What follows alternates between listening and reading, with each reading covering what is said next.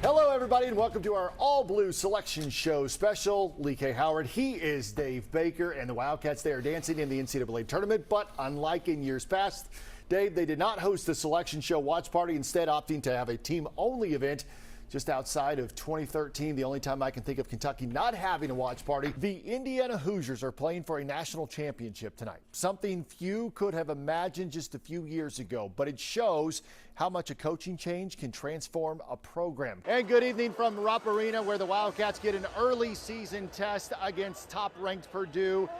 This is one of those games where Mark Pope wants to see where his team is. He's not expecting perfection. In fact, he's expecting slippage. He has a passion for winning. He doesn't shy away from hard work, and he intends to win right away in the SEC, and that is not an easy thing to do. But Will Stein, he is a Kentucky native, grew up cheering for the Wildcats. He in fact said he sat in section 128, row 13, cheering for the blue and white. And a moment like this is sort of a dream come true for him. Mark, when you were hired at the University of Kentucky now 20 months ago, Rick Pitino put out a video endorsing you, saying you were the perfect fit for this job, saying you'll win a championship. Well, the greatest thing about the Derby is somebody comes away with a huge win. The disappointing thing is, of course, there's 19 horses, or in this case 18, that don't get the win, most notably Journalism, who came in as a very heavy favorite. It is one step forward and 3 steps back for this Kentucky football program. The Wildcats came into Nashville hoping to become bowl eligible, but instead ran into a Vanderbilt team chasing history. Yeah, listen, I think they went into that Louisville game thinking that there was still a ways they were going to salvage the season, potentially make it to a bowl game, but at the very least retain Mark Stoops for another season. And in the way that that game played out, I think that there wasn't any choice for Mitch Barnhart and that group. And good evening from Atlanta, where tomorrow Kentucky takes on St. John's in the CBS Sports Classic. It is the final big non-conference test for the Wildcats this season. Now, just a week ago, Kentucky was able to get a win over Indiana, their first one over a Power 4 opponent this season. Now, before that, the Cats had dropped 4 straight to ranked teams. Hello and welcome to St. Louis, where the Kentucky Wildcats will begin NCAA tournament play this weekend. And if all goes well, Lindsey, they'll play 2 games this weekend. People will look back on this season in many ways as the win at LSU.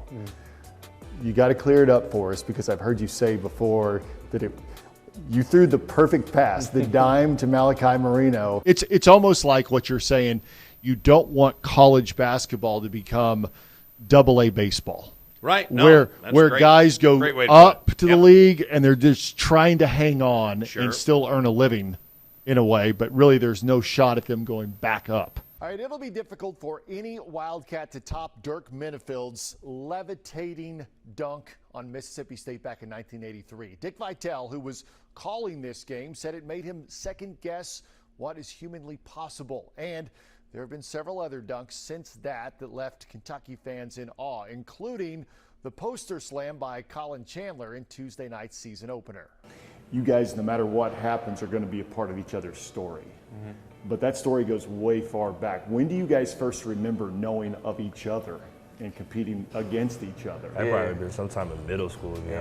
Probably just playing each other in middle school, something like that. And we've always played each other. We started at the bottom, and now we're here to one of the most beautiful spots in all of Churchill Downs, the Paddock, an area that underwent a $200 million renovation ahead of Kentucky Derby 150. And now they get ready to face a team they're very familiar with, those Florida Gators, hoping that the third time will be the charm on a neutral court here in Nashville. All right, thanks for joining us on this Halloween edition of Game Time. You guys had fun. Oh yeah, I'm loving this. Look at this tomorrow.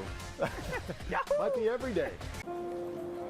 On the streets of Columbia, where dreams don't usually travel very far, a boy named Anelio found one that did, on a cracked court with a ball and a rim. Growing up in Columbia was real hard when there was only a wall, a roof, and my dad just found mattresses we could just sleep in because he was tired to pay rent.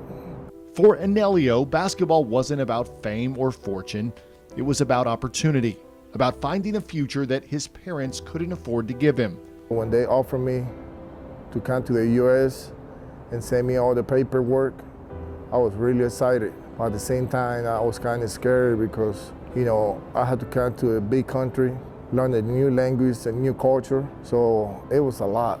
Of course, opportunity sometimes shows up as a person. In Anelio's case, that person was a coach named Happy Osborne at Georgetown College.